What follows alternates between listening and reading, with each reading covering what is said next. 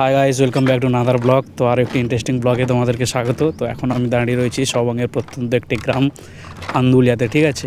তো দেখো এই যে নদীটা বেরোচ্ছি, এই নদীটার নাম কি? কপালেশ্বরী। হ্যাঁ, তো কপালেশ্বরী নদীর এই যে বাঁশের পাটা বেরোচ্ছি, তো এটা মনে হচ্ছে ফ্রি অফ কস্ট, ঠিক আছে।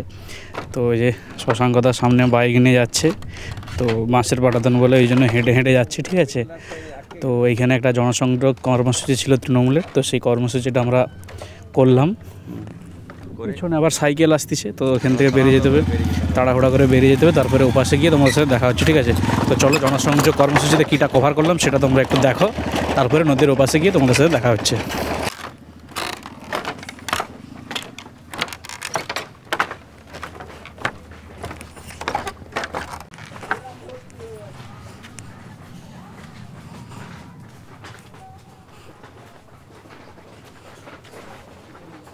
ফাইনালি এখন নদী পেরিয়ে এই যে ঢালাই রাস্তা বরাবর আপনার যাবো হচ্ছে 13 নম্বর বিষ্ণুপুর অঞ্চল সবংয়ে, ঠিক আছে। তো ওখানে একটা ব্রিজ বহুদিন ধরে ভেঙে রয়েছে, তো বেশ কয়েকবার কি মোটর টলি ফলিয়ে পড়ে গেছিলো ব্রিজ থেকে, তো সেইটা কভার করতে যাব।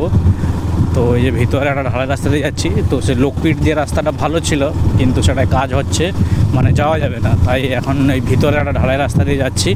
তো রাস্তাটা জানা নেই, তো জিজ্ঞাসা করে করে যেতে হবে, ঠিক আছে। তো চলো দেখি কত জায়গায় জিজ্ঞাসা করতে হয়। এই হচ্ছে আমার ড্রাইভার এই যে গাড়ি চালাচ্ছে, দেখতে পাচ্ছ। এখন আমি প্যাসেঞ্জার, ঠিক আছে। এতদিন আমি গাড়ি চালাতাম, এবারে ও গাড়ি কিনেছে, ও চালাচ্ছে, ঠিক আছে। তো ও হচ্ছে ড্রাইভার, আমি পিছনে প্যাসেঞ্জার, হেল্পার। ডান সাইডে তুই এর কতবার আসবি রাস্তায়, এখন আমি রুট ম্যাপ বলে এর কতবার আসবি তুই রাস্তায়।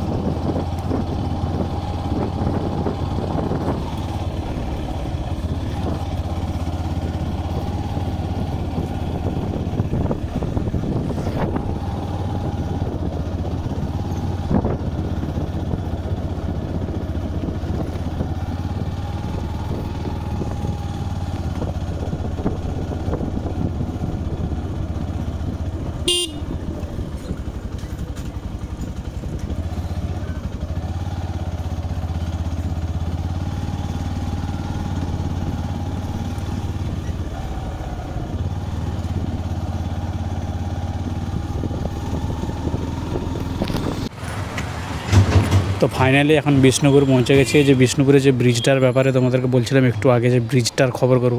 তো এই ব্রিজটার অবস্থা এতটাই খারাপ, মানে আমি যে চলতেছি ব্রিজটা কাঁপতেছে, ঠিক আছে। পাকার ব্রিজ হলেও কী হবে, মানে বাইক ফাইক যখন উঠছে তো সব কিছুই কাঁপতেছে, তো মানে বিপজ্জনক ব্রিজ একবারে। তো চলো ব্রিজের ফুটেজটা তোমরা একটু দেখো।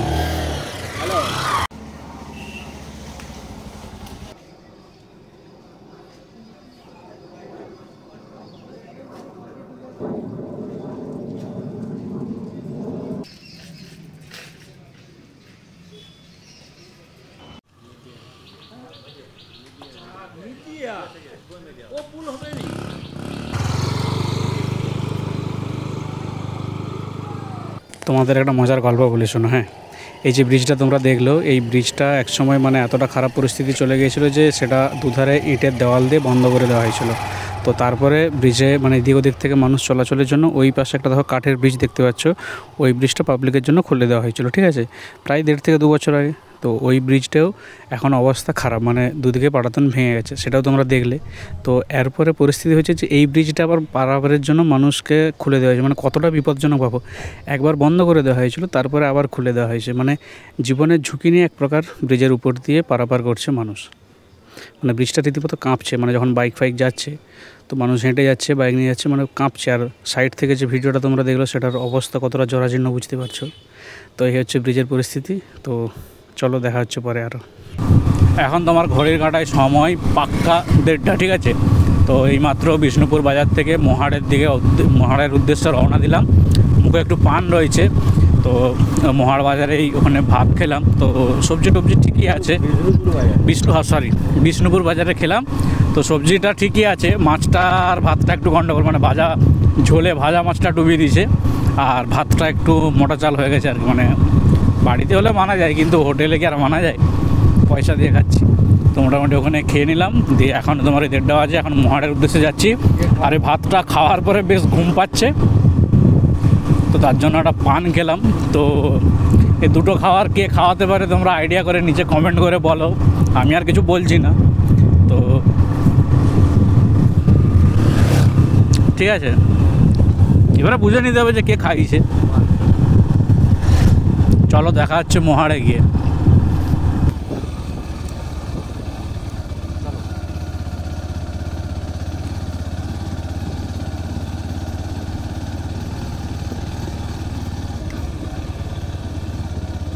তো ফাইনালি এখন দাঁড়িয়ে আছি রামভদ্রপুরের ঝিলের মাঝখানে, ঠিক আছে। তো এখানে রিলস শ্যুট করতে আসছিলাম, গতবারে তোমরা অনেকগুলো রিলস দেখেছো। তো সেই রিলস এখানে শ্যুট করতে এসেছিলাম, মাত্র একটা রিলস শ্যুট হয়েছে।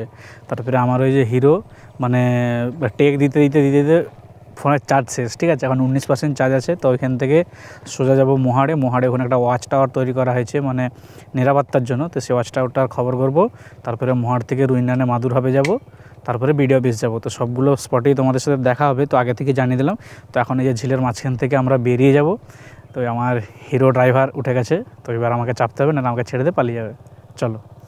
তো ফাইনালি এখন মহাড় বাজারে এসেছিলাম। তো মহাড় বাজার থেকে ঘুরে যাচ্ছি, কারণ যে ইনফরমেশনটা আমরা পেয়েছিলাম আর কি, যে মহাড় বাজারে ওয়াচ টাওয়ার বসেছে, পুলিশি ওয়াচ টাওয়ার। তো সেই ওয়াচ টাওয়ারটা তৈরি হয়নি, মানে তৈরির কাজ চলছে, ঠিক আছে। তো এখনও পর্যন্ত তার 50% কাজ হয়েছে, এখনও সিঁড়ি তৈরি হয়নি, কালার হয়নি। তো এইসব ব্যাপারে ওই জন্য খবরটা করলাম না, আর তোমাদেরকেও দেখাতে পারলাম না। মহাড় বাজার থেকে ঘুরে আবার সবংয়ের দিকে যাচ্ছি। ওই রুইনানে সবংয়ের যে বাস টার্মিনাল হচ্ছে এসবিএসটিসি, আর মাদুরহাট তৈরি হচ্ছে, ওখানে যাব। তো চলো ওখানে গিয়ে তোমাদের সাথে দেখা হচ্ছে। তো ফাইনালি মোটামুটি বাস টার্মিনালের কাছে এসে গেছি। তো বাস টার্মিনালের ভিতরে কিছু ভিডিও করলাম, তো সেই ভিডিওটা তোমরা দেখতে পাবে। তো তোমাদেরকে সেই ভিডিওটা দেখাবো। তো ব্যাপার যেটা হয়েছে, ভিতরে কোথা থেকে এসছে জানতে চেয়ে মানে একটু বচসা হচ্ছে শশাঙ্কদার সাথে, অসুবিধা কিছু নেই, ওটা ক্লিয়ার হয়ে যাবে। তো বাস টার্মিনাল আর মাদুরহাটটা তোমরা দেখলে সবঙ্গে, মানে বহু প্রতীক্ষিত এবং বহুদিনের মানুষের একটা চাহিদা ছিল এটা তৈরি করার জন্য। তো সেটা খুব শীঘ্রই চালু হতে চলেছে, কাজের পরিস্থিতি দেখে যেটা বোঝা যাচ্ছে। তো এরপরে প্রশাসনিক বক্তব্য নেব, সেটাও তোমাদেরকে দেখাবো যে কতদিন পরে কাজ মানে সার্ভিস চালু হবে, সেটাও তোমাদেরকে দেখাবো। তো চলো এবারে যাবো সবঙ্গে গিয়ে তোমাদের সাথে দেখা হচ্ছে।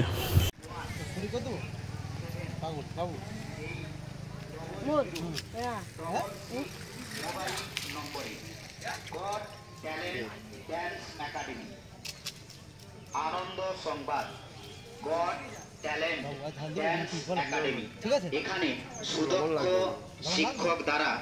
তো ফাইনালি সবং থেকে এখন পিংলার দিকে যাচ্ছি। তো ভিতরের রাস্তাটা আসছিলাম, তো করকাই বাজারের কাছে ফুচকা খেলাম, ঠিক আছে। তো ফুচকা খেয়ে এখন এই যে করকাই বাজারটা পেরিয়ে আমরা টুকটুক আস্তে আস্তে পিংলার উদ্দেশ্যে যাচ্ছি, মানে পিংলা থানাতে ঢুকবো। ওখানে কিছু আছে কিনা খোঁজ করব, দিয়ে মুন্নুমারি থেকে যে যার বাড়ি সে তার চলে যাবে, ঠিক আছে। তো মোটামুটি এখন তোমার টাইম বাজে 4:13। তো ধরতে পারো ঘর ঢুকতে 5:13। কেমন দিলাম সাইরিটা, ঠিক আছে।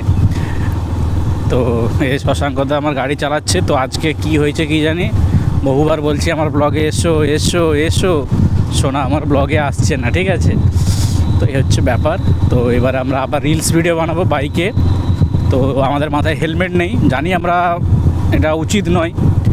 তো এদিক থেকে লাইটের সমস্যা হচ্ছে, মানে ক্যামেরায় আমাকে হয়তো দেখতে অসুবিধা হচ্ছে, কারণ পিছন থেকে দেখতে পাচ্ছি তো রোদটা ক্যামেরায় পড়তেছে।